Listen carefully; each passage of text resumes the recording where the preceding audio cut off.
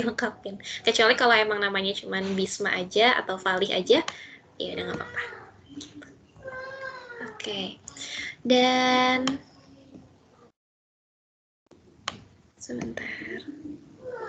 Oke. Usahakan sih udah masuk pakai akun Teams ya. Oke, di record lagi. Oke deh, kalau begitu perkenalan, nama kakak Kak Vicky Oktaviani ya, seperti yang ada tulisan namanya di situ ya. Nama kakak jelas Kak Vicky Oktaviani. Bisa dipanggil Kak Vicky. Kakak nyalain kamera biar kalian tahu gurunya cewek gitu ya. Karena biasanya kalau Vicky itu dikiranya cowok. Gitu. Jadi untuk pertama ini kakak nyalain kamera dulu biar kita saling tahu. Sebenarnya sih kakak pengennya kalian juga nyalain kamera ya. Jadi kakak tuh tahu gitu. Oh ini yang diajar tuh siapa gitu. Nanti untuk kedepannya kalau misalnya mau matiin kamera nggak apa-apa. Tapi yang di perkenalan ini aja, tolong dong dinyalain kameranya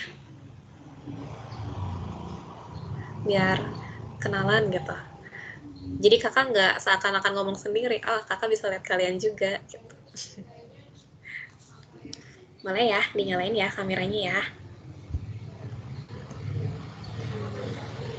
Oke. Dan nanti kalau misalnya ada teman-teman yang mau join, tolong di accept juga ya. Kadang kakak kalau lagi share screen nggak bisa accept itu. Gitu.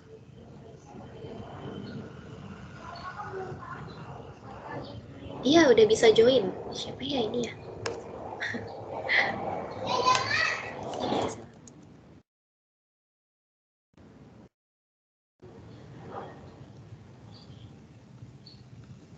Oke.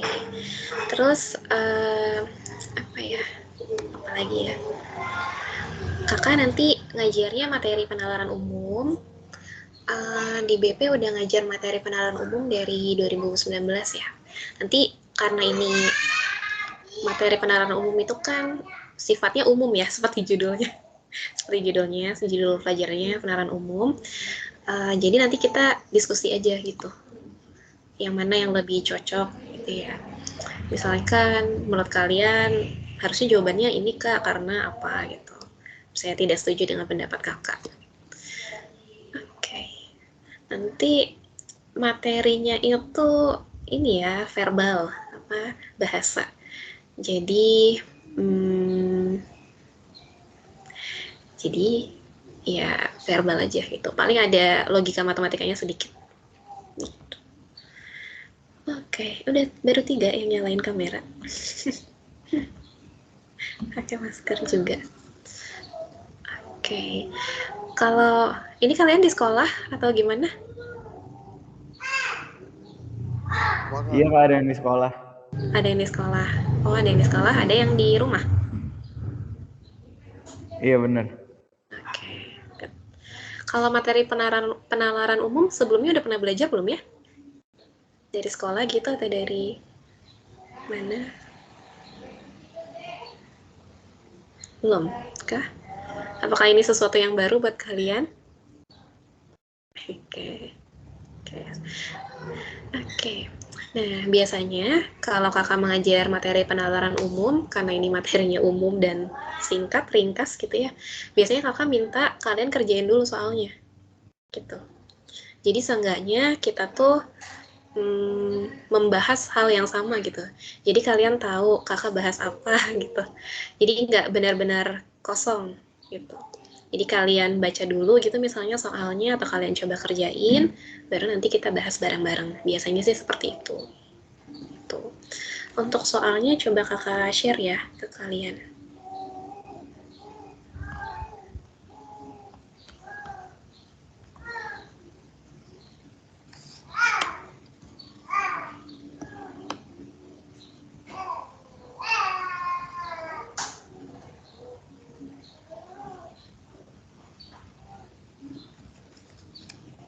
Sebentar ya.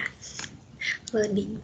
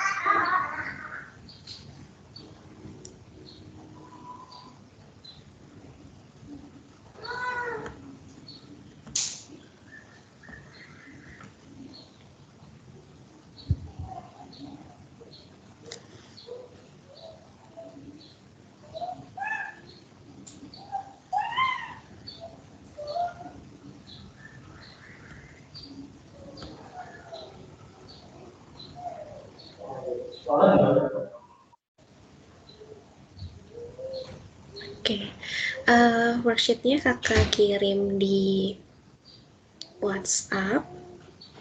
Bisa sambil kalian lihat ya di sana. Udah nyampe belum ya? Masih muter sih di kakak.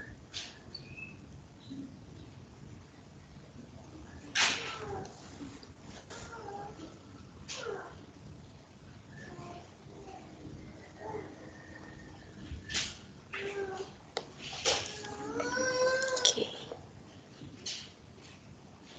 Nanti pada saat pembelajaran kalau misalkan mau mematikan kamera nggak apa-apa ya. Kedepannya kalau matikan kamera juga nggak apa-apa sih. Ini hanya untuk pertemuan perdana aja.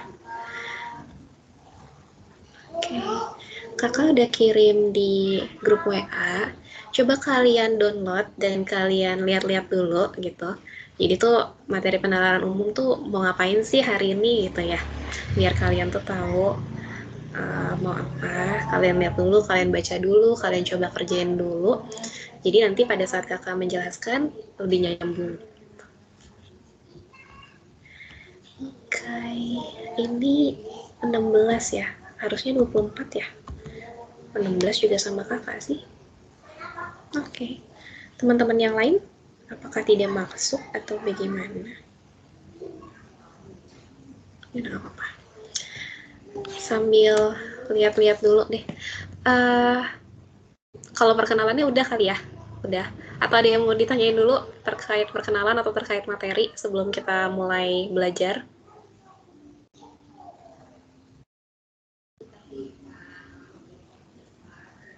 Nggak ada. Oke, udah ya, oke ya. Oke, kalau nggak ada, boleh dimatikan kameranya. Kalau misalnya mau matikan, kakak juga mau matikan kamera ya berarti. Kalian sambil cek dulu di materi yang kakak kirim di WA itu, kalian cek, kalian baca-baca dulu. Kakak kasih waktu 5 menit ya, buat baca-baca dulu lah gitu. 5-10 menit deh, buat baca-baca dulu. Terus nanti baru kita bahas bareng-bareng gitu. Nanti pada saat pembelajaran pun, semisal kakak terlalu cepat atau ada hal yang belum kalian mengerti, bisa langsung ditanyakan aja ya. Oke. Berarti kira-kira 10.55 ya kita mulai bahas materinya ya. Sambil kakak aksep-aksepin ini. Kalau mau dimatikan kameranya nggak apa-apa ya.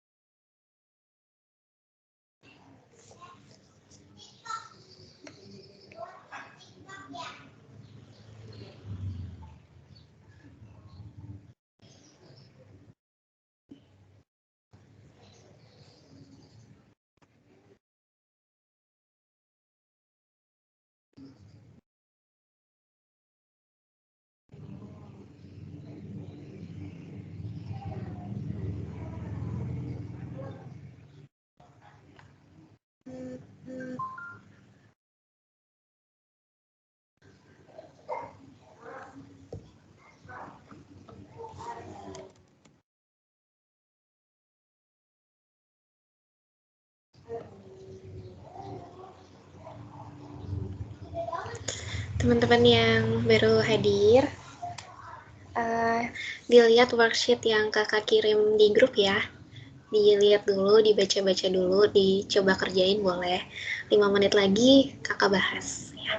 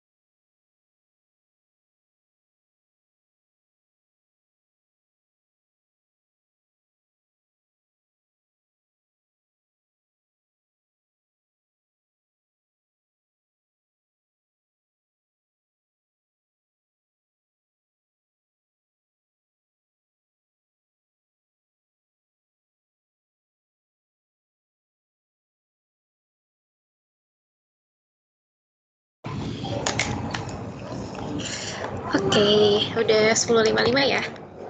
Udah dibaca, berarti share screen dari kakak kelihatan kan ya?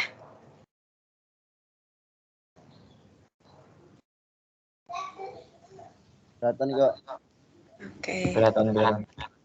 Sip. Bentar. Oke. Sebelum kita mulai, tadi kayaknya dari awal kita belum berdoa ya. Kita awali dulu dengan berdoa. Bismillahirrahmanirrahim. Rabbi zidni ilman warzuqni fahman. Amin. Oke. Kita mulai dari nomor 1. Nomor 1. Ahmad. Gini ya. Sebentar, buka prolog ya. Jadi yang kita bahas hari ini itu adalah terkait dengan penalaran induktif. Ya. Penalaran induktif itu bagaimana kita mengambil kesimpulan ya. Gitu. Jadi bagaimana caranya kita mengambil simpulan atau mengeneralisasi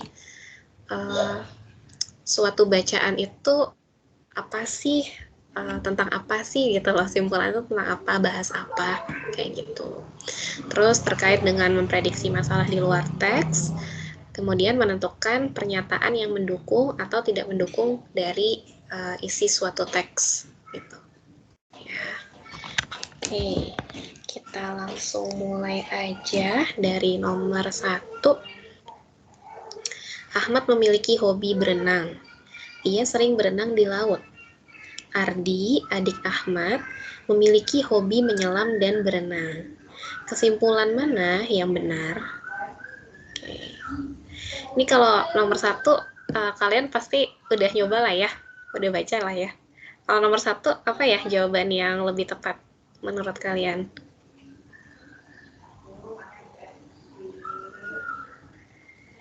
B. Ada yang D. Ahmad dan Ardi pergi berenang ke laut. D atau B? B. Rizky ya. Bogor atau Depok? B. Oh B, ya Bogor ya. Oke. Yang lain ada yang beda?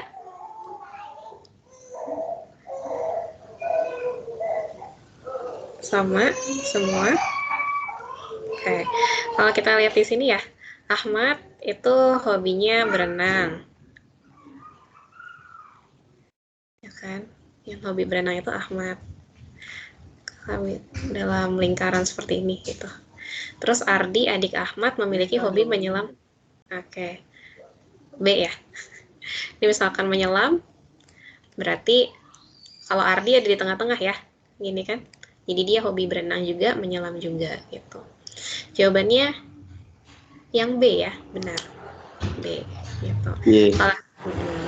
Kalau yang opsi A ya salah ya. Karena Ahmadnya nggak suka menyelam kan. Maksudnya nggak diceritakan di sini kalau dia tuh suka menyelam. Terus yang Ahmad dan Ardi berenang ke laut, Ardinya nggak diceritain kalau dia berenang ke laut. Pergi berenang ke laut, nggak dibilang pergi. Terus hobi berenang di laut, Ardinya juga nggak diceritain kalau dia tuh hobi berenang di laut. Gitu. Jadi jawaban yang lebih tepat yang B. Oke, gampang ya. Sekarang yang nomor 2.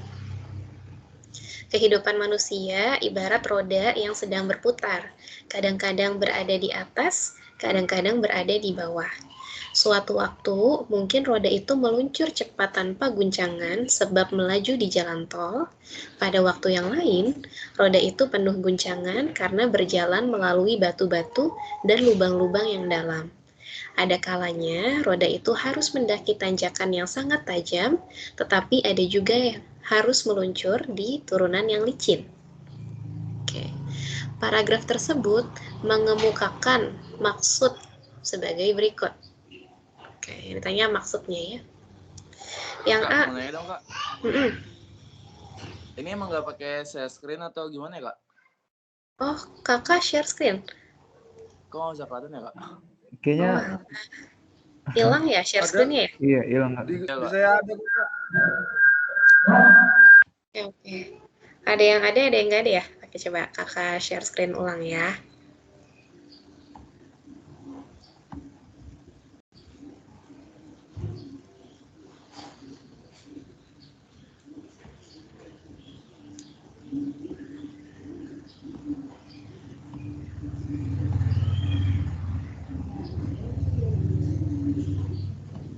Oke, sebentar.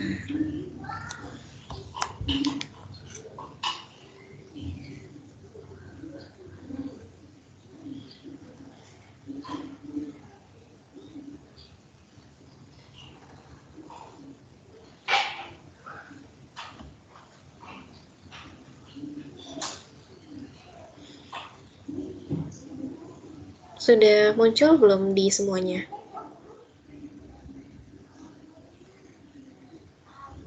Sudah. Sudah. Udah, Kak. Oke, terima kasih.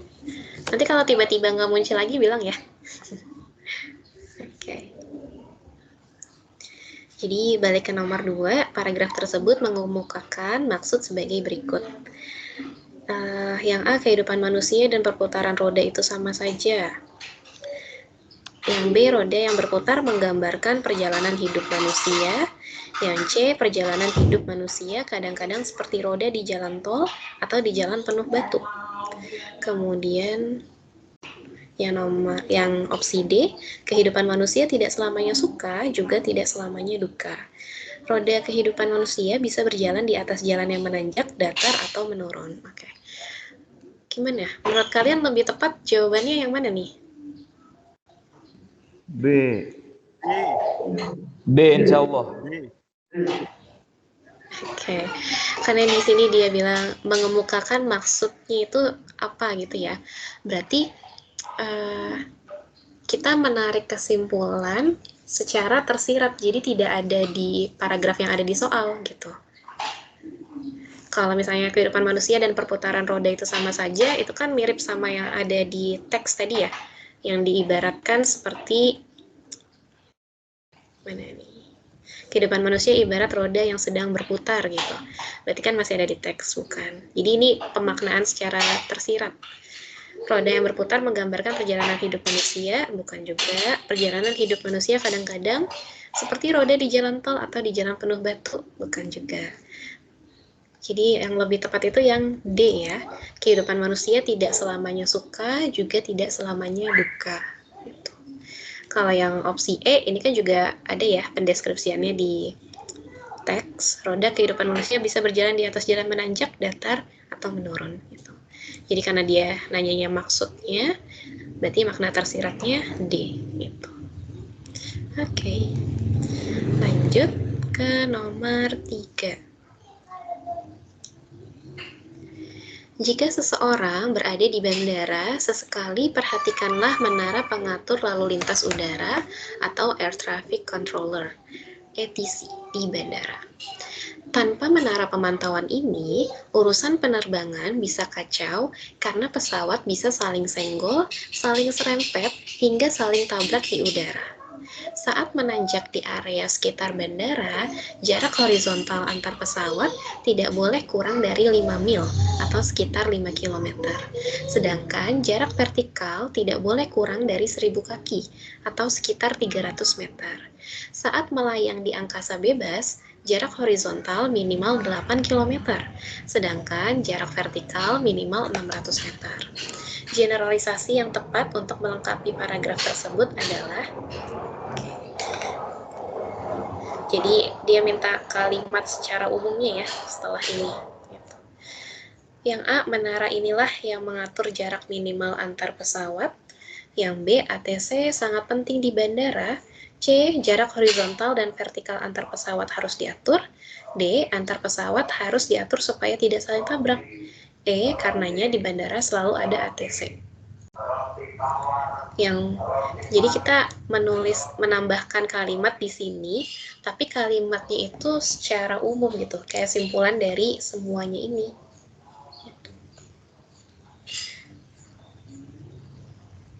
Jawabannya adalah yang A ya. Jadi menara inilah yang mengatur jarak minimal antar pesawat. Ini kan mendeskripsikan ATC, urusannya apa? Urusannya itu ya mengatur jarak minimal antar pesawat kan, terus dideskripsiin. Kalau nggak ada ATC, nanti saling senggol, saling serempet, saling tabrak. Terus dideskripsikan juga di sini, minimal jaraknya segini, minimal jarak horizontal segini, jarak vertikal segini, kayak gitu. Jadi untuk melengkapinya, yang lebih tepat adalah opsi A. Menara inilah yang mengatur jarak minimal antar pesawat. Seperti itu. Oke, kita lanjut ya. Ke nomor 4. Di nomor 4, pandangan kedokteran holistik menyatakan bahwa kesehatan badan berkaitan langsung dengan kesehatan jiwa. Problem di pikiran dapat menyebabkan masalah kesehatan badan. Sebaliknya, penyakit di badan pun dapat menyebabkan masalah di pikiran. Pandangan ini ternyata juga berlaku di bidang kesehatan mulut dan gigi. Jika dokter ahli jiwa punya ungkapan mind-body connection, dokter gigi juga punya ungkapan mouth-body connection. Problem di badan dapat menyebabkan masalah gigi dan mulut. Demikian sebaliknya, masalah gigi dan mulut pun dapat menyebabkan problem di organ lain. Simpulan yang dapat dirumuskan dari teks di atas adalah yang opsi A. Keadaan tertentu pada tubuh dapat mempengaruhi keadaan bagian lain pada tubuh kita. Yang B. Penyakit dalam tubuh membuat orang menjadi stres. Yang C. Pandangan kedokteran gigi sejajar dengan pandangan kedokteran jiwa. Kemudian yang opsi D, ungkapan mind-body connection bermakna sama dengan mouth-body connection. Yang opsi E, penyakit di dalam tubuh berkaitan dengan keadaan pikiran. Simpulan yang paling pas di antara ini semua adalah yang mana?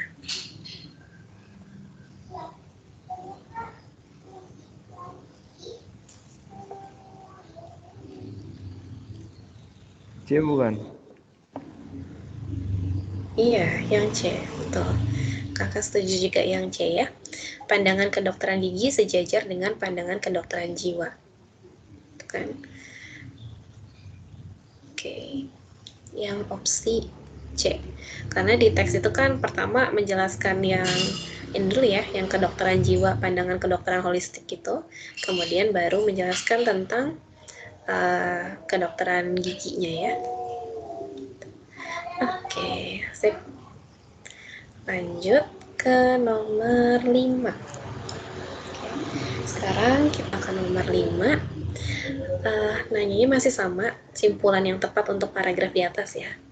Lebih dari setengah dasawarsa terakhir ini, Bumi Pertiwi mengalami musibah bencana besar secara beruntun.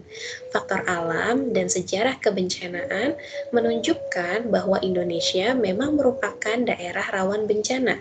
Terakhir, terjadi bencana banjir di Jakarta dan sebagian wilayah lain Indonesia, serta letusan gunung, yaitu Sinabung dan Kelut.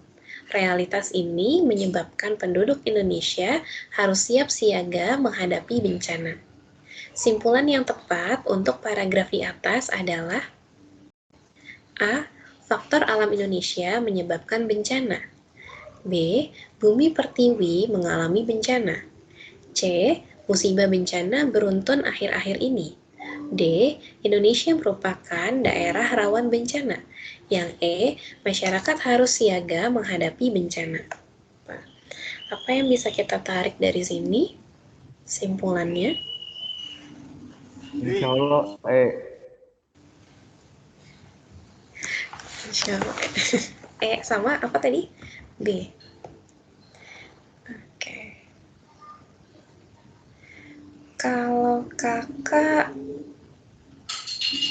A. Faktor alam Indonesia menyebabkan bencana. Karena di sini menjelaskan kan terdapat musibah apa-apa gitu kan. musibah banjir, musibah letusan gunung gitu. Terus nanti juga penduduk Indonesia itu harus siap menghadapi bencana. Nah, kenapa? Karena faktor alamnya dari Indonesia yang menyebabkan bencana. Gitu. Baru nanti tindak lanjutnya mungkin masyarakat harus siaga menghadapi bencana. Itu mungkin kayak sarannya gitu ya. Setelah kita membaca teks ini, kita jadi tahu, oh kita harus siap. Tapi kalau simpulannya dari sini, menurut kakak adalah faktor alam Indonesia itu menyebabkan bencana. Gitu. Lebih lebih menyimpulkan dibanding yang lain. Gitu ya. Oke.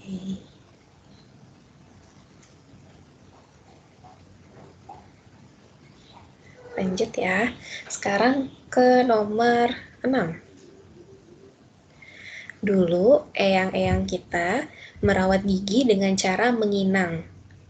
Penelitian mutakhir membuktikan bahwa cara ini emang efektif membuat bakteri patogen hengkang. Berdasarkan fakta ilmiah, minyak atsirinya mengandung kafikol, kabifetol, carfacrol, dan eugenol. Dibandingkan dengan fenol, kandungan fitokimia sirih ini 5 kali lebih kuat menghalau bakteri di mulut seperti Streptococcus mutans, Streptococcus viridans, dan Staphylococcus aureus. Kuman-kuman itulah biang penyebab gigi berlubang. Mereka membusukkan sisa-sisa makanan yang menempel di sela-sela gigi, menghasilkan asam yang menurunkan pH cairan di sekitar gigi. Generalisasi yang tepat untuk melengkapi paragraf tersebut adalah apa? Jadi kalimat yang tepat lagi ya untuk melengkapi paragraf ini. Ini materinya IPA banget ya. Jadi kalau misalkan kalian IPS, nanti dapatnya yang seperti ini ya ada juga kemungkinannya gitu. Karena penalaran umum general sih. Jadi bisa materi yang IPA seperti ini atau nanti materi yang IPS gitu. Sama kayak di bahasa Inggris juga gitu kan ya. Kadang ada materi bacaan yang sangat sains atau sosial gitu. Oke. Generalisasi yang tepat untuk melengkapi paragraf tersebut adalah yang mana? Yang kita merawat gigi dengan cara menginang. Ini tadi udah dijelasin di atas ya. Terus keampuhan sirih bukan sekedar mitos. Oke. Sirih penghalau bakteri mulut. Kemudian kuman-kuman penyebab gigi berlubang. Oke. Sisa-sisa makanan menurunkan pH cairan di sekitar gigi. Sisa-sisa makanan menurunkan pH cairan di sekitar gigi ini hanya mengulang paragraf yang di sini ya. Mengulang kalimat yang di sini. Kuman-kuman penyebab gigi berlubang juga sudah ada kalimatnya di sini ya. Oke. Kemudian yang mana nih? Yang B atau C? Kemampuan sirih bukan sekedar mitos B. atau B. sirih penghalau bakteri mulut. B. Kenapa yang B? Kenapa nggak yang C? B bahasanya lebih keren. B bahasanya lebih keren. Yang C emang agak keren ya, sirih penghalau bakteri mulut. B. Karena Soalnya kalau yang C udah dijelasin di atas. Jadi Closing. Satu. Gantian ngomongnya. Ya, silakan. Siapa duluan? Karena kalau zaman dulu itu kan berkaitan dengan mitos kan. Sering orang bilang, wah ini zaman dulu mitos doang nih. Nah ternyata secara penelitian bukan sekedar mitos. Gitu. Oke. Kalau yang C nggak ada nih yang jawab yang C di antara kalian? Insya Allah cek. Oh, ada yang C. Yang C kenapa alasannya? Insya Allah B sih. Oh, B. B atau C? Soalnya kalau C udah dijelasin di teks yang di atas. Oh iya, fitokimia sirih ini 5 kali lebih kuat ya di sini ya. Fitokimia sirih ini 5 kali lebih kuat menghalau bakteri di mulutnya. Jadi sudah dijelaskan jawaban yang lebih tepatnya yang B ya. Keampuhan sirih bukan sekedar mitos. Oke. Lanjut. ke nomor 7. Nomor 7, bangsa Jepang terkenal sebagai bangsa yang sangat hemat. Mereka sulit mengeluarkan uangnya untuk hal-hal yang di luar rencana. Keluarga-keluarga yang menjalankan bisnis menghargai semboyan cepat tidur dan cepat makan. Dengan tidur lebih awal, uang yang dihabiskan untuk listrik dan pemanas ruangan lebih sedikit. Apabila kegiatan makan lebih cepat diselesaikan, waktu untuk bekerja lebih panjang. Keberhasilan Jepang membangun perekonomian yang kokoh tidak mungkin dicapai tanpa budaya hemat tersebut. Oke. Simpulan paragraf tersebut adalah apa? Yang A, bangsa Jepang berbudaya hemat. Yang B, bangsa Jepang sulit mengeluarkan uangnya untuk hal-hal yang di luar rencana. Yang C, bangsa Jepang menjalankan bisnis, menghargai semboyan cepat tidur dan cepat makan. Yang D, bangsa Jepang menghargai tidur lebih awal dan makan dengan cepat. Yang opsi E, bangsa Jepang berhasil membangun perekonomian yang kokoh dengan budaya hemat. Apakah simpulan dari paragraf ini? Iya. Oke, kakak setuju ya. Yang E, bangsa Jepang berhasil membangun perekonomian yang kokoh dengan budaya hemat. Jadi di teks awalnya itu menjelaskan ya, budaya hematnya itu seperti apa. Sehingga simpulannya itu perekonomian Jepang bisa kokoh karena budaya hematnya itu. Begitu. Sip. Lanjut. Nomor 8, pada hari Sabtu, adik disuruh ibu pergi ke taman untuk bermain bola atau pergi ke toko untuk membeli alat olahraga. Pada hari Sabtu, toko olahraga tutup, sehingga adik tidak mungkin membeli alat olahraga. Simpulan yang paling tepat adalah sebagai berikut. Betul. Yang opsi A, pada hari Sabtu adik pergi ke taman untuk bermain bola. B, pada hari Sabtu adik membeli alat olahraga di toko lain. C, pada hari Sabtu adik tidak mengikuti permintaan ibu. D, pada hari Sabtu adik tidak pergi ke taman untuk bermain bola. Yang E, pada hari Sabtu ibu tidak menyuruh adik untuk berolahraga. Oke. Pada hari Sabtunya sama semua ya. Adik disuruh ibu pergi ke taman untuk bermain bola. Pergi ke taman untuk bermain bola atau pergi ke toko buku untuk membeli alat olahraga.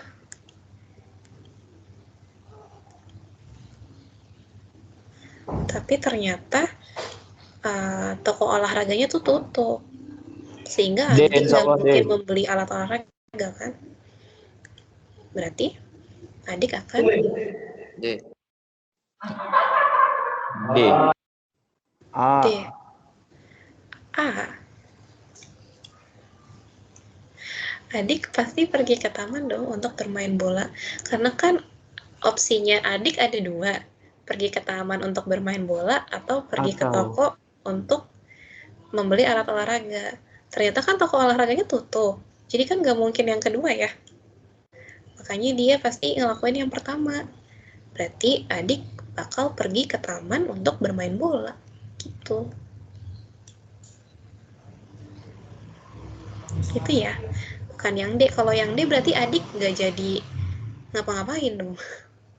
Padahal kan opsinya disuruh ibunya kalau nggak main bola, beli alat olahraga. Gitu. Jadi lebih tepatnya yang opsi A ya jawabannya. Oke. Kak. Iya.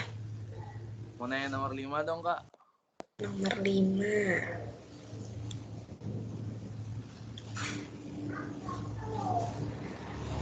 Oh iya ini. Iya gimana? Kenapa nggak jawabannya yang E, Kak? Oke. Tadi kakak jelaskan kalau yang E itu bukan simpulan, itu kayak tindakan yang harus kita lakukan setelahnya, setelah baca gitu. Iya nggak? Jadi kayak realitas ini, kan ini ada di sini nih, realitas ini menyebabkan penduduk Indonesia harus siap siaga menghadapi bencana. Jadi setelah baca itu,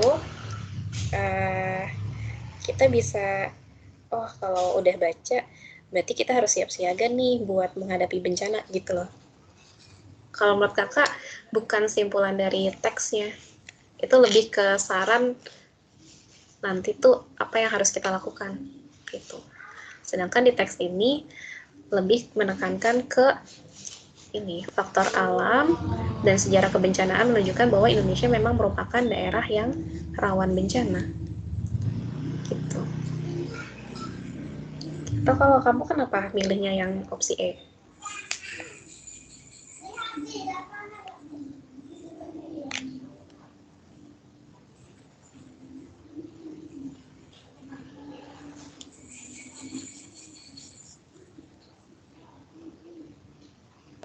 Itu Kak, kan yang di atasnya itu kan jelasin tentang faktor alamnya. Nah di bagian akhirnya itu ngejelasin apa yang harus dilakukan kan Kak. Harus siap siaga menghadapi bencana ini. Kalau menurut saya teks itu malah kayak menjelaskan kita untuk siap siaganya Kak, daripada yang menyebabkan bencana, ya maksudnya faktor alam Indonesia yang menyebabkan bencana, tapi malah lebih ke kita disuruh siaga dari teks itu Kak. Okay. Kalau menurut gue itu Mar, yang itu lebih manfaat dari setelah membaca teks itu, bukan kesimpulannya.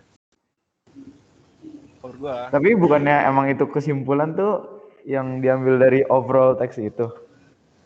Menurut gue juga sih. Menurut gue sih kesimpulan tuh lebih hikmah. Kayaknya sih Bu. Beda dengan hikmah. Kalau menurut kakak sih, ini kan lebih ke penjabarannya bahwa terjadi bencana ini, musibah bencana berturut-turut. Karena apa? Karena faktor alam ini gitu. Jadi bukan masyarakat harus siap siaga, bukan. Kalau menurut kakak ya. Karena lebih ke dia menjabarkan faktor alamnya tuh apa. Faktor alamnya itu menunjukkan bahwa Indonesia memang merupakan daerah rawan bencana, terus bencananya itu apa yang dijabarin gitu. Kalau misalkan realitas ini menyebabkan penduduk Indonesia bla bla bla, ya itu berarti efek nantinya gitu, bukan simpulan yang kita tarik dari sini. Gitu sih. Apa ya udah. Coba nanti kakak coba diskusi juga deh sama guru yang lain ya, terkait yang nomor 5 ini. Bagaimana penjelasannya ke kalian supaya lebih jelas gitu. Oke, yang nomor 5 ya. Oke, terima kasih. Sekarang kita lanjut dulu ya ke nomor 9. Oke. Ini teks berikut untuk menjawab soal nomor 9 sampai 13. Cek dulu 9, 10, 11, 12. Oh, cuman sampai 12 ternyata. Oke, kalau bentuknya seperti ini, jadi kan ini ada bacaan panjang, terus ada soalnya 4 gitu ya berarti, sampai nomor 12. Baiknya kita baca soalnya dulu, baru kita baca teksnya. Gitu. Jadi jangan baca teksnya dulu panjang, baru kita baca soalnya gitu. Kalau yang tadi kan kakak baca dulu teksnya, terus baca soal gitu ya, seperti biasalah. Tapi untuk soal-soal yang seperti ini, satu bacaan memiliki beberapa nomor pertanyaan, ya kita baca pertanyaannya dulu gitu. Supaya lebih terarah bacanya. Oke, dari nomor 9, berdasarkan paragraf 1, manakah simpulan yang benar? Dia cuma nanya di paragraf 1 ya, manakah simpulan yang benar. Berarti kita bacalah paragraf 1 ini. Oke, di paragraf 1, semua negara yang mempunyai masalah pengangguran mencoba meningkatkan pertumbuhan ekonomi negaranya. Pengangguran selalu ada di setiap negara, entah itu negara maju seperti Amerika Serikat, apalagi negara berkembang semacam negara kita Indonesia. Jumlah pengangguran umumnya sejalan dengan tingkat pertumbuhan ekonomi suatu negara. Pertumbuhan ekonomi menyebabkan meningkatnya produksi barang dan jasa yang tentunya akan menyerap tenaga kerja lebih banyak. Pengangguran sangat erat kaitannya dengan ketersediaan lapangan kerja bagi masyarakat, sehingga lapangan kerja yang semakin banyak dapat memberikan kesempatan yang tinggi bagi penduduk usia produktif untuk bekerja. Pengangguran terjadi ketika jumlah pencari kerja lebih banyak daripada kesempatan kerja yang tersedia. Oke, kesimpulan apa yang bisa kita ambil? Yang opsi A, pertumbuhan ekonomi suatu negara dipengaruhi oleh jumlah pengangguran di negara tersebut. Opsi B, pengangguran disebabkan karena negara berkembang tidak mampu untuk menciptakan lapangan pekerjaan. Yang C, lapangan pekerjaan yang banyak namun tidak mampu menampung jumlah pencari kerja dapat berakibat terhadap menurunkan kesempatan kerja. Yang D, pertumbuhan ekonomi yang buruk dan jumlah pencari kerja yang lebih banyak daripada kesempatan kerja yang tersedia menyebabkan adanya pengangguran. Yang opsi E, pengangguran dapat dihilangkan dengan meningkatkan pertumbuhan ekonomi, meningkatkan jumlah lapangan pekerjaan, dan mengurangi pencari kerja. Oke, apa ya yang lebih tepat?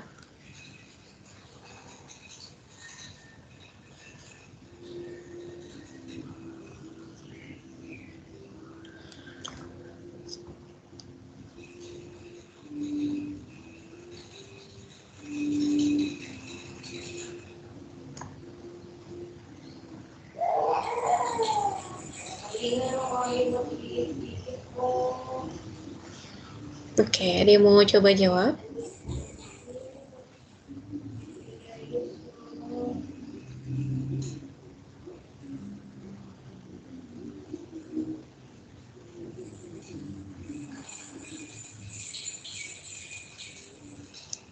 Kalau menurut kakak jawabannya yang tepat itu yang opsi D ya. Pertumbuhan ekonomi yang buruk dan jumlah pencari kerja lebih banyak daripada kesempatan kerja yang tersedia menyebabkan adanya pengangguran. Karena di teks nomor 1 itu dijelaskan bahwa pengangguran merupakan masalah suatu negara gitu kan, masalah suatu negara. Terus kenapanya ya? Mana sih? Pengangguran erat kaitannya dengan ketersediaan lapangan kerja gitu. Terus pengangguran setingkat dengan pertumbuhan ekonomi dari suatu negara. Jadi karena dua faktor itu kan yang menyebabkan pengangguran itu ada gitu. Jadi lebih tepatnya yang opsi D.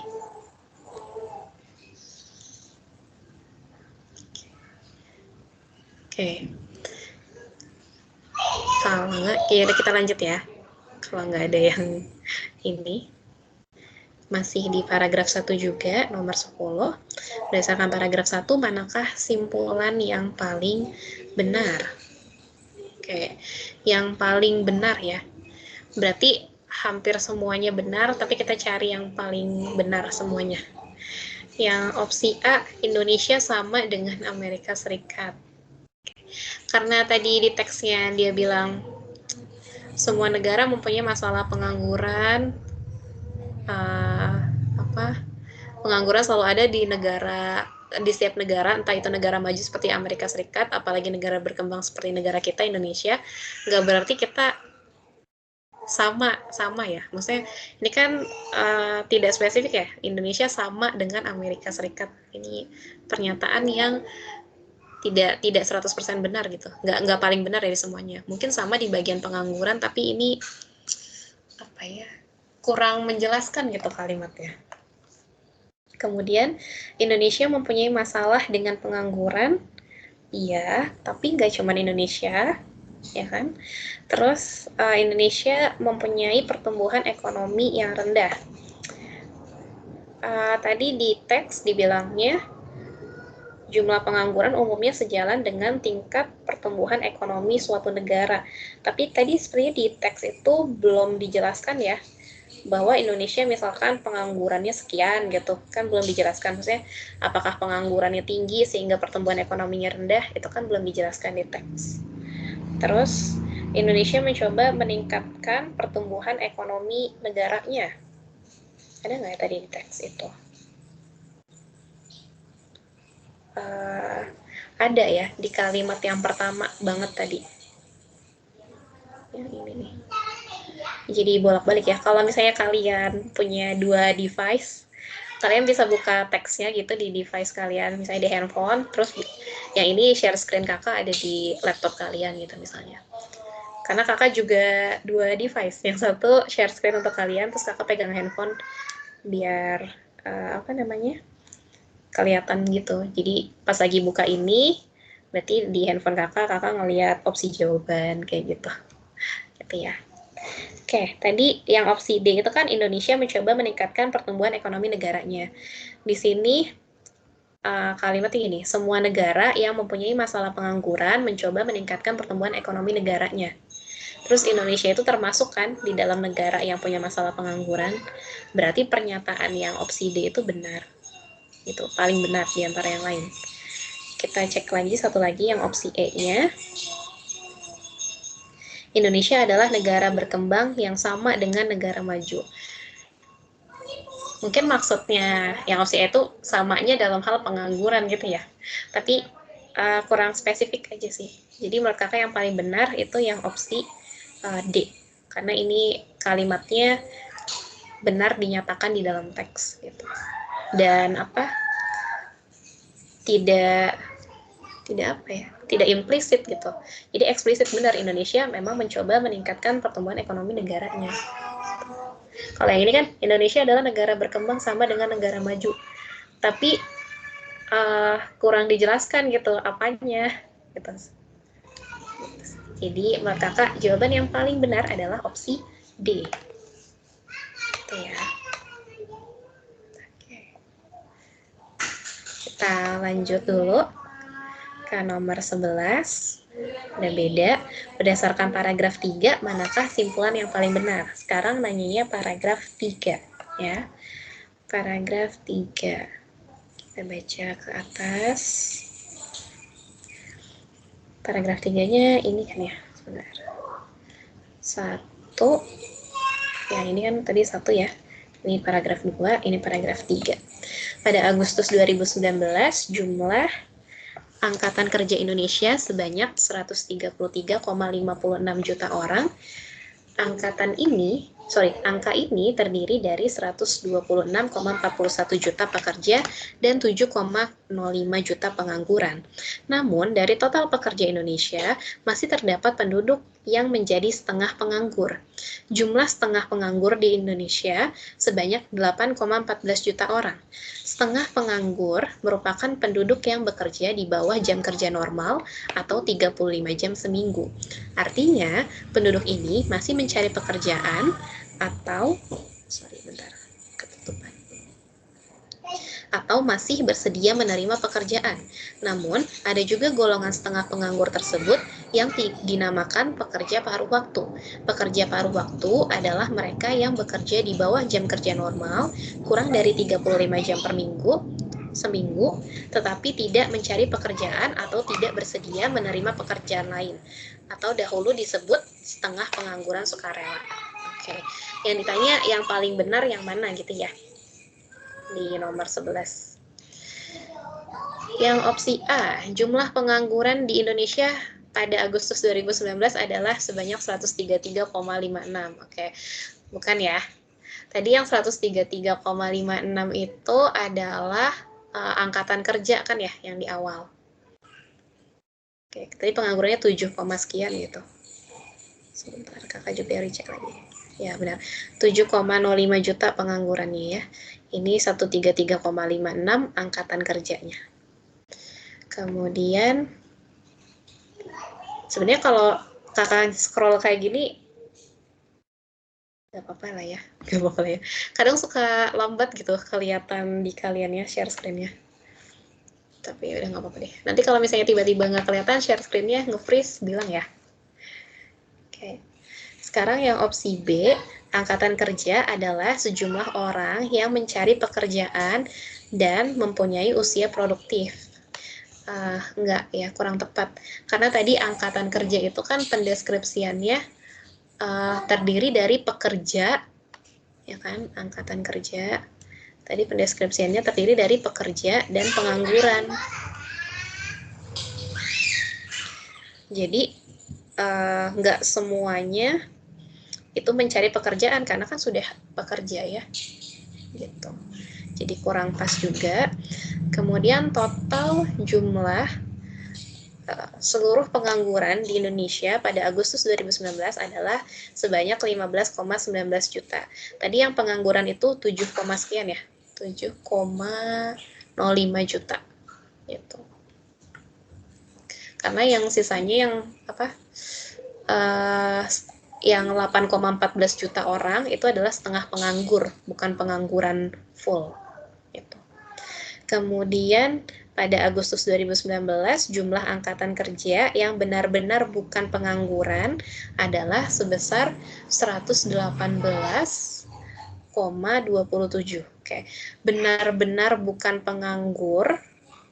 Benar-benar bukan pengangguran berarti ya bukan pengangguran tapi juga bukan setengah penganggur gitu. Tadi kan dari 133,56 ini kakak buka di device satunya ya, kakak nggak scroll ke atas. 126,41 ini pekerja kan. Kemudian 7,05-nya ini pengangguran. Oke. Nah, dari pekerja ini ada yang setengah penganggur kan ya tadi deskripsinya di atas. Sebanyak 8,14. 8,14 ini tuh dibilangnya setengah pengangguran. Oke, berarti yang benar-benar bukan pengangguran adalah 126,41 kita kurangi 8,14 ini. Gitu. Ya. Ini aku hapus deh. Kita tinggal kurangin nih. Oke. Nanti benar nggak hasilnya? 11 kurang 4, 7. 3 kurang 1, 2 ya. 16 kurang 18, 16 kurang 8, 8. Terus ini 1. Jadi yang benar-benar bukan pengangguran itu yang opsi D ya, yang benar. 118,27 juta. Terus yang opsi E-nya pengangguran adalah angkatan kerja yang belum bekerja maupun yang sudah bekerja kurang dari 35 jam kerja seminggu. Bukan ya, kalau pengangguran berarti yang benar-benar tidak bekerja. Kalau yang belum kalau yang sudah bekerja kurang dari 35 jam tadi masuknya ke setengah pengangguran. Oke. Lanjut. Nomor 12, manakah pernyataan di bawah ini yang tidak mendukung kalimat bercetak tebal pada paragraf 2? Tadi kayaknya bercetak tebal paragraf 3 ya. Oke, benar. Jadi di paragraf 2 nggak ada kalimat yang bercetak tebal ya. Kita geser, mungkin maksudnya typo. Harusnya paragraf 3. Pekerja paruh waktu adalah mereka yang bekerja di bawah jam kerja normal atau kurang dari 35 jam per minggu, tetapi tidak mencari pekerjaan atau tidak bersedia menerima pekerjaan lain. Dahulu disebut setengah pengangguran sukarela. Oke, coba kita cek di opsi jawabannya. Nomor 12, yang tidak mendukung kalimat bercetak tebal. Oke. Opsi A, pekerja paruh waktu bekerja kurang dari 35 jam seminggu. Betul. Setengah pengangguran sukarela adalah pekerja paruh waktu. Iya. Setiap orang yang bekerja di bawah jam kerja normal disebut pekerja paruh waktu. Setiap orang yang bekerja di bawah jam kerja normal adalah pekerja paruh waktu. Tadi kalimatnya pekerja paruh waktu adalah mereka yang bekerja di bawah jam kerja normal. Kurang dari 35 jam per minggu, tetapi tidak mencari pekerjaan atau tidak bersedia menerima pekerjaan lain. Oke. Kalau setiap orang yang bekerja di bawah jam kerja normal disebut pekerja paruh waktu, ini kurang tepat ya. Karena tadi di kalimat atasnya ada pendeskripsian lainnya. Setengah penganggur merupakan penduduk yang bekerja di bawah jam kerja normal atau 35 jam seminggu. Artinya penduduk ini masih mencari pekerjaan atau masih bersedia menerima pekerjaan. Nah, sedangkan si pekerja paruh waktu itu dia tidak mencari pekerjaan atau tidak bersedia menerima pekerjaan lain.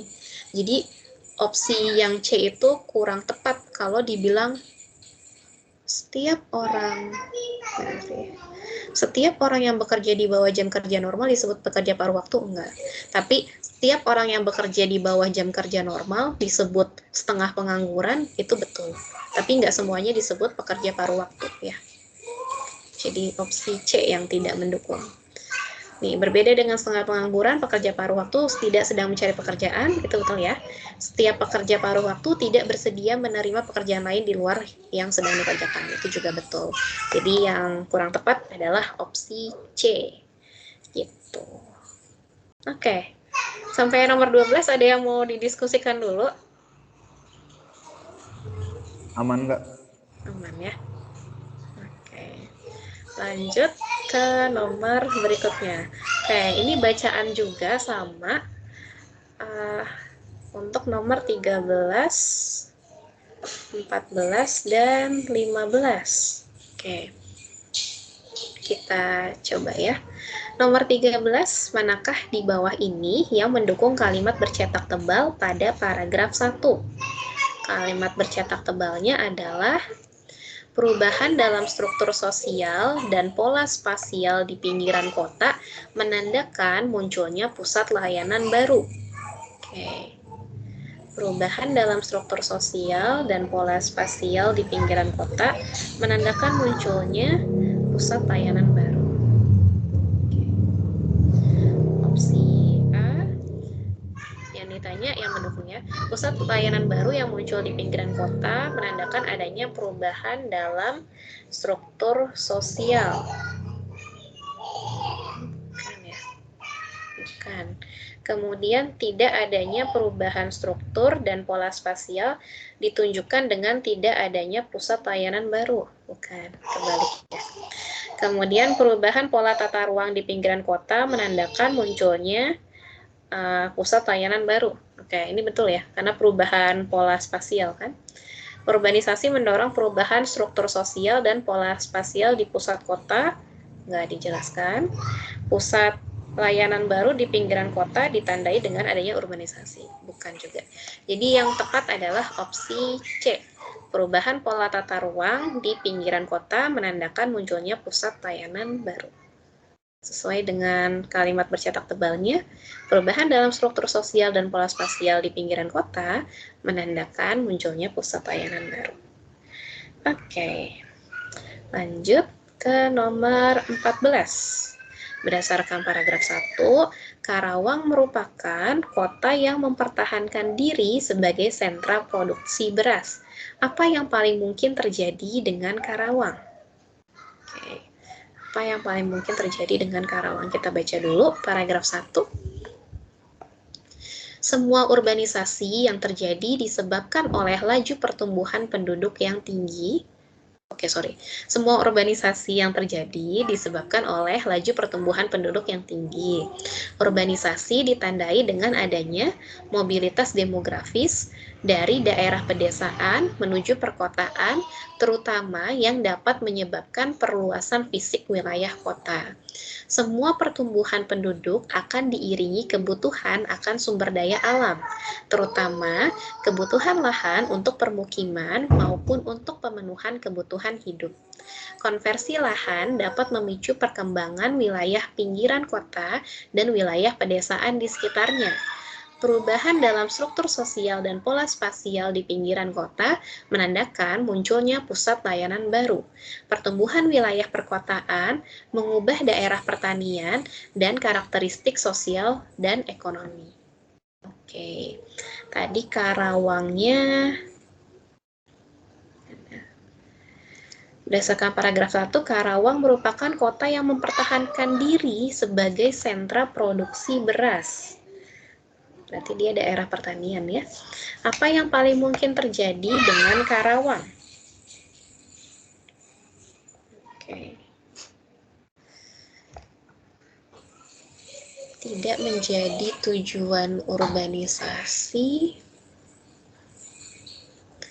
pertumbuhan penduduknya tidak tinggi, urbanisasi terjadi tanpa mobilitas demografis, tidak terjadi perubahan karakteristik sosial dan ekonomi, kemudian kebutuhan lahan untuk permukiman bagi penduduk tercukupi. Oke. Mempertahankan diri sebagai sentra produksi beras. Yang paling mungkin terjadi dengan Karawang.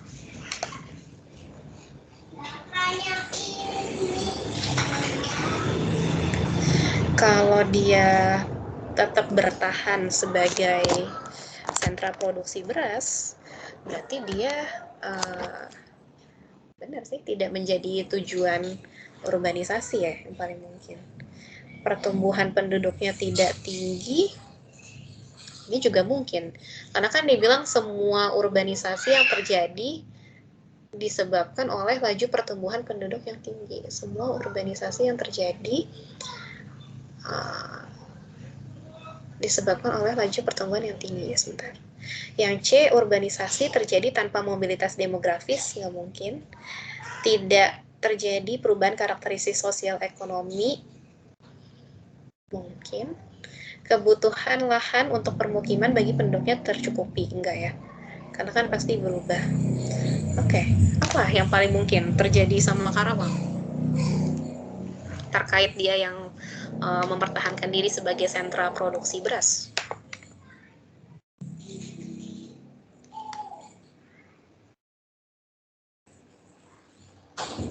Tadi kalau kita B. Semua urbanisasi tidak terjadi disebabkan semua urbanisasi yang terjadi disebabkan oleh laju pertumbuhan penduduk yang tinggi ya. Jadi kalau dia mempertahankan delta. Oke. Pertumbuhan wilayah, berarti yang kalimat yang terakhir ini ya, pertumbuhan wilayah perkotaan mengubah daerah pertanian dan karakteristik sosial dan ekonomi. Iya sih, kalau dia tetap bertahan seperti itu kan berarti nggak berubah gitu ya, nggak terjadi urbanisasi. Ya udah, berarti karakteristik sosial dan ekonominya ya tetap begitu aja. Oke, sip. Yang Depok. Sekarang nomor 15. Berdasarkan paragraf 2, apa yang paling mungkin terjadi pada tahun 2017? Oke. Paragraf 2.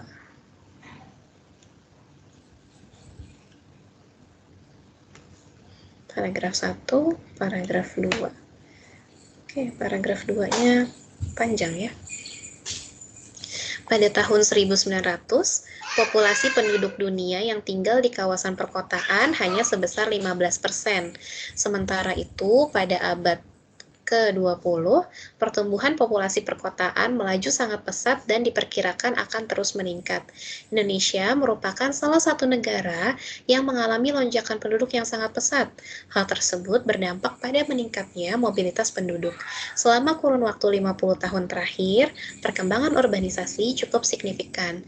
Pada tahun 1971, penduduk kota memiliki persentase sebesar 17,2%. Hingga tahun 2018, angka terus mengalami peningkatan. Sebagian penduduk desa melakukan mobilitas ke kota karena tertarik dengan kelengkapan fasilitas dan melimpahnya lapangan pekerjaan di kota. Fasilitas yang dimaksud diantaranya fasilitas pendidikan, hiburan, kesehatan, dan fasilitas sosial lainnya. Sementara itu, kawasan pedesaan cenderung homogen dengan ditandai sulitnya lapangan pekerjaan yang tersedia dan minim fasilitas penunjang. Sebagian penduduk desa yang melakukan mobilitas ke kota masih berorientasi mencari kerja, bukan menciptakan lapangan kerja. Maka, problem baru akan muncul akibat urbanisasi, yaitu pengangguran. Oke, yang ditanya berdasarkan paragraf 2, apa yang paling mungkin terjadi setelah tahun 2017? Yang ditanya setelah tahun 2017 terkait populasi penduduk Indonesia yang tinggal di kota. Oke. Dibilang dibilangnya mengalami lonjakan penduduk ya. Jadi kalau 71 aja udah ada 17,2%, berarti kalau 2017 bakal lebih dari 17,2%. Gitu. Opsi D ya. Oke. Sip. Yang teks udah. Masih ada 5 nomor lagi ya. Bacalah teks berikut. Oh, 1 nomor aja ya. Oke. Kesehatan anak selalu menjadi perhatian utama bagi orang tua. Bagaimanapun, semua anak kecil berpotensi mengalami sakit. Sakit yang biasa dialami anak-anak adalah flu, batuk, dan cacar. Sebagian anak yang berpotensi mengalami sakit pada akhirnya harus berobat ke rumah sakit. Sayangnya, tidak semua anak mau dibawa berobat ke rumah sakit. Banyak anak menolak diajak ke rumah sakit, terutama anak laki-laki. Apalagi jika harus menjalani rawat inap. Banyaknya pemandangan orang sakit menjadi salah satu alasan mereka menolak ke rumah sakit. Begitu juga dengan bau obat yang menyengat dan penampilan staf rumah sakit dengan baju putihnya. Mereka mengira bahwa jika ke rumah sakit mereka akan disuntik. Membayangkan sakitnya jarum suntik menjadi alasan yang paling banyak ditemui mengapa anak-anak tidak suka ke rumah sakit. Berdasarkan paragraf di atas, manakah simpulan di bawah ini yang paling mungkin benar? Yang A, anak laki-laki lebih berpotensi sakit dibandingkan perempuan. Oke. Yang opsi A salah ya. Kenapa? D. D. Anak-anak merasa takut pergi ke rumah sakit. Iya, benar. Anak perempuan lebih berani dibandingkan anak laki-laki. Gak dibilang gitu ya tadi ya. Cuman dibilang banyak menolak. Terus anak laki-laki anak-anak sering mendapat pengalaman buruk? Enggak. Anak-anak sering dirawat inap di rumah sakit? Enggak. Oke. Yang Depok. Betul. Oke, lanjut. 17. UTBK 2020. Macan tutul adalah salah satu dari 4 kucing besar yang dikenal dengan sebutan harimau dahan karena kemampuannya memanjat. Macan tutul memiliki panjang tubuh di antara 1-2 meter dengan bulu berwarna kuning kecoklatan dan bintik hitam. Macan tutul banyak terdapat di benua Asia dan Afrika. Macan jenis ini memburu mangsa dengan berbagai ukuran. Berdasarkan informasi tersebut, manakah pernyataan berikut yang pasti salah? Opsi A, semua hewan yang memakan mangsa berbagai ukuran adalah kucing besar. Semua hewan. Yang memakan mangsa berbagai ukuran. Nggak dibilang ya. Hewan yang berwarna kuning kecoklatan pandai memanjat dahan. Ya ada sih macan tutul, tapi udah coba dulu. Pemburu menangkap macan tutul karena bulunya yang indah dan kuning kecoklatan. Ini kayaknya nggak ada di deskripsi soalnya. Ya nggak ada. Berarti ini. Kemudian yang opsi D. Macan tutul adalah jenis kucing berukuran lebih dari 2M yang pandai memanjat dahan. Berukuran lebih dari 2M. Lebih dari 2M-nya salah ya. Pandai memanjat dahannya benar. 1-2 doang. Soalnya dibilangnya lebih dari 2 ya. Tapi pandai memanjat dahannya benar ya. Kalau ini kan tadi bilangnya pasti salah ya. Agak membingungkan sih. Macan tutul yang terdapat di Eropa memiliki panjang tubuh lebih dari 2M. Ini juga nggak dideskripsiin ya, ini soal ya. Tulisannya Asia sama Afrika doang. Asia Afrika, nggak ada Eropa. Tapi yang pasti salah, harusnya sih kalau misalkan macan tutul yang terdapat di Eropa memiliki panjang tubuh lebih dari 2M, harusnya enggak juga ya, karena kan spesiesnya tadi kan dibilang 1-2M. Harusnya macan tutul dimanapun sama, maksudnya sekitar itu gitu. Jadi ini bukan pasti salah.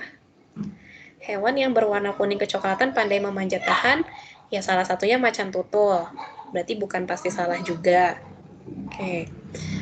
Terus semua hewan yang memakan mangsa berbagai ukuran adalah kucing besar. Yang mana nih antara A sama C ya? Karena yang A juga nggak ada ya. Macan tutul adalah salah satu dari 4 kucing besar yang dikenal dengan sebutan harimau dahan karena kemampuannya memanjat. Macan tutul memiliki panjang tubuh di antara 1-2 meter. Macan tutul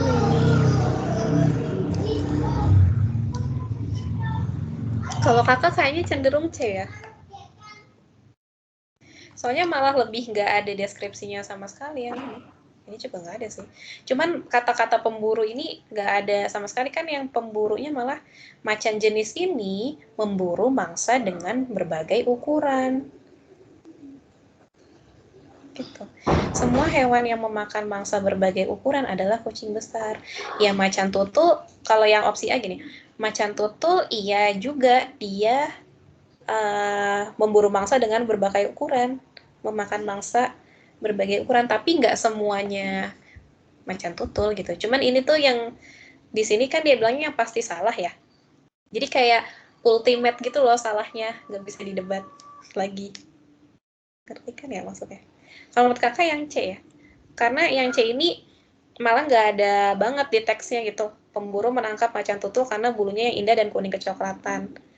Di sini kan cuma pendeskripsiannya aja, bulunya warna kuning kecoklatan dan bintik hitam. Kalau menurut kakak yang opsi C yang salah. Gitu. Oke. Mau didiskusin dulu? Ada yang mau didiskusikan?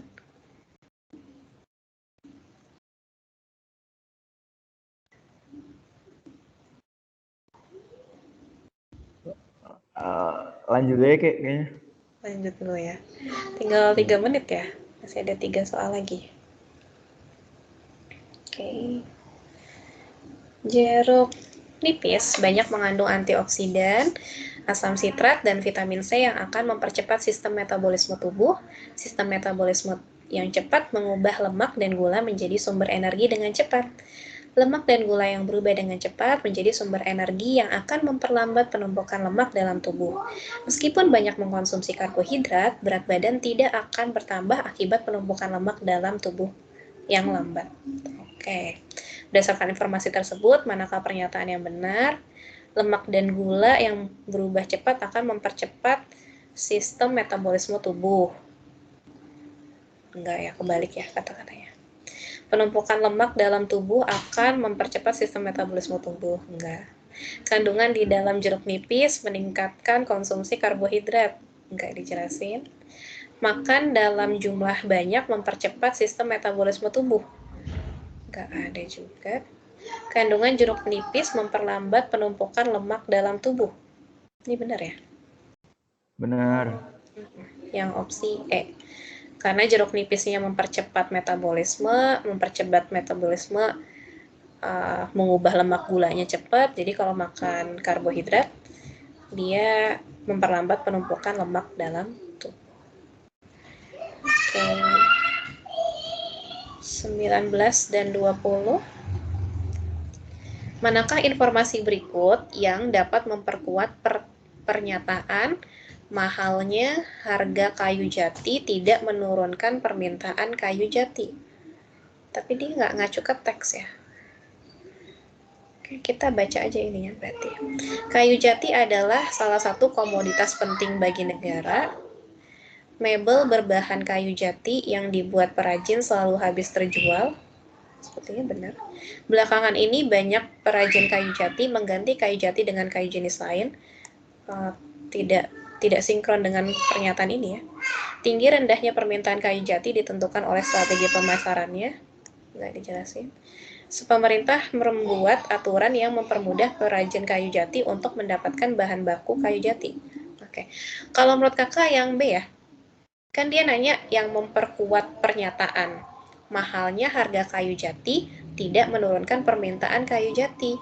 Kenapa? Karena mebel berbahan kayu jati yang dibuat pengrajin itu selalu habis. Jadi meskipun mahal, tetap aja laku gitu. Jadi lebih tepat yang B. Udah jam 12, kakak minta ekstra waktu ya, 2 menit ya, atau 1 menit nih untuk nomor 20. Sebentar ya. Ya, Kak. Oke. Nomor 20, manakah informasi berikut yang dapat memperlemah pernyataan? Kayu jati merupakan jenis kayu pertukangan yang sangat mudah diolah. Ini mintanya yang memperlemah ya, berarti yang nggak sesuai. Perajin kayu jati banyak yang merugi karena tingkat kegagalan saat mengolah kayu jati menjadi mebel tinggi. Oh ini ya, kan di sini dibilangnya mudah diolah ya. Oke, coba. Penjualan kayu jati yang telah menjadi mebel lebih menguntungkan dibanding kayu jati mentah. Enggak. Pengrajin pemula dapat membuat mebel berbahan kayu jati dalam waktu singkat. Ini malah memperkuat. Makin tua umurnya, kayu jati makin mudah dipotong, memperkuat juga hasil olahan kayu jati, terutama berupa mebel. Yang Nggak A. mendukung dan nggak itu sih. Oke, yang A ya, betul. Sip. Oke, 20 nomor selesai. Sama satu nomor tadi yang nomor 5 ya. Oke, nanti coba kakak diskusikan dengan guru yang lain, pendapatnya seperti apa. Pertemuan berikutnya kakak sampaikan. Tapi kayaknya bukan minggu depan ya. Kita ketemu laginya minggu depannya lagi gitu kalau nggak salah. Oke, pembahasan ini akan kakak kirimkan di WA grup ya.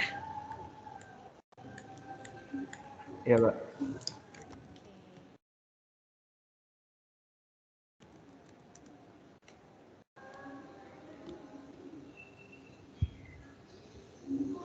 Oke, kalau gitu.